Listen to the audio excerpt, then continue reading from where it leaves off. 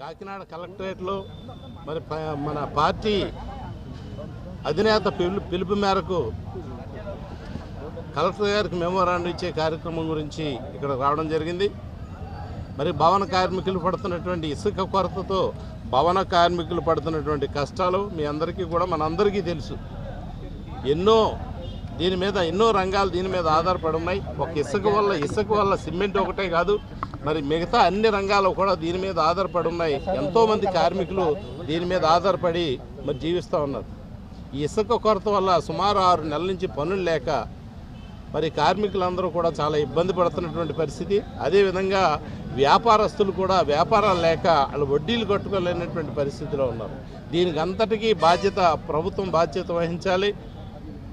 ఎందుకంటే సక్రమంగా నడుస్తున్నటువంటి ఇసుకని మరి గత ప్రభుత్వం అయితే ఇసుక ఫ్రీ అని చెప్పి కొంత దోపిడీ చేసిన మాట వాస్తవం. మరి దాన్ని అరికట్టడం పోయి మరలా ఈ ప్రభుత్వం మొత్తం ఇసుక లేకుండా చేసి ఇసుక కొరత సృష్టించి కృత్రిమంగా ఆ కొరతను సృష్టించి ఈవేళ ప్రభుత్వం ఆ రోజు సుమారు ఒక ట్రాక్టర్ మాకు కావాలంటే 2500కి 2400కి వచ్చేటువంటి పరిస్థితి. ఈవేళ 6000 రూపాయలకు ఒక ట్రాక్టర్ ఇసుక కొనుక్కోవాల్సినటువంటి పరిస్థితి. మరి అటువంటిది అప్పుడు తెలుగుదేశం మాఫియా ఉంటే ఈరోజు వైఎస్ఆర్ మాఫియా ఉంది. ఒక పడవకి ఒక ట్రాక్టర్కి 350 రూపాయలు ఎక్స్ట్రా అక్కడ తీసుకుంటున్నటువంటి పరిస్థితి.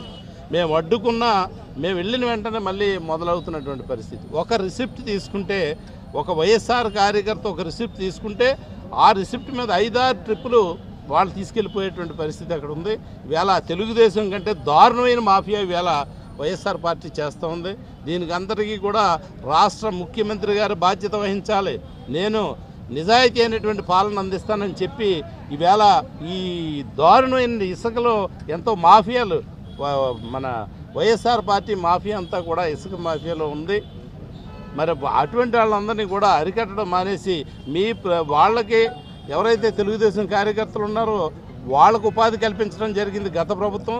ఈరోజు వచ్చి వైఎస్ఆర్ కార్యకర్తలకు ఉపాధి కల్పిస్తూ ఉంది వైఎస్ఆర్ పార్టీ. కానీ నిజమైనటువంటి ప్రజలకి చాలా ఇబ్బందులు ఉన్నటువంటి పరిస్థితి. భవన కార్మికులు చాలా కష్టాల్లో ఉన్నారు. అందరూ కూడా కొంతమంది ఆత్మహత్యలు చేసుకుంటూ ఉన్నారు, కొంతమంది పస్తులతో ఉన్నారు, కొంతమంది పిల్లల్ని చదివించుకోవాలనేటువంటి పరిస్థితిలో ఉన్నారు. వీళ్ళ వెంటనే ఆదుకోవాల్సిన అవసరం ఉంది. మా పార్టీ అధినేత పవన్ కళ్యాణ్ గారు ఒక పిలుపునివ్వడం జరిగింది. ఈ భవన కార్మికులు పడుతున్నటువంటి కష్టాలన్నిటి మీద కూడా ఆయన స్పందించి ఒక పిలుపునిచ్చి ప్రభుత్వానికి మేలుకొలుపు చేయాలి. మనం తప్పనిసరిగా ఒక మార్చిని ఏర్పాటు చేయాలని చెప్పి వైజాగ్లో లాంగ్ మార్చ్ అని 3వ తారీఖున ఏర్పాటు చేయడం జరిగింది. మేమందరం కూడా మాతో పాటు జనసేన పార్టీతో పాటు భవన కార్మికులు అన్ని పార్టీలకు సంబంధించిన వాళ్ళు కూడా ఆ మార్చికి రావడానికి సిద్ధంగా ఉన్నారు. ఎందుకంటే చాలా కష్టాలు పడుతున్నారు. ఈ కష్టాలు తీరాలంటే ఒక పవన్ కళ్యాణ్ చూపించిన మార్గమే దీనికి శరణ్యం అని చెప్పి అందరూ నమ్ముతున్నారు. కాబట్టి 3వ తారీఖు అందరూ వెళ్ళడానికి సిద్ధంగా ఉన్నారు. తప్పనిసరిగా ఈ ప్రభుత్వానికి బుద్ధి చెప్తాం. ఈ లాంగ్ మార్చ్తో మేము ఒక సందేశాన్ని పంపుతాం.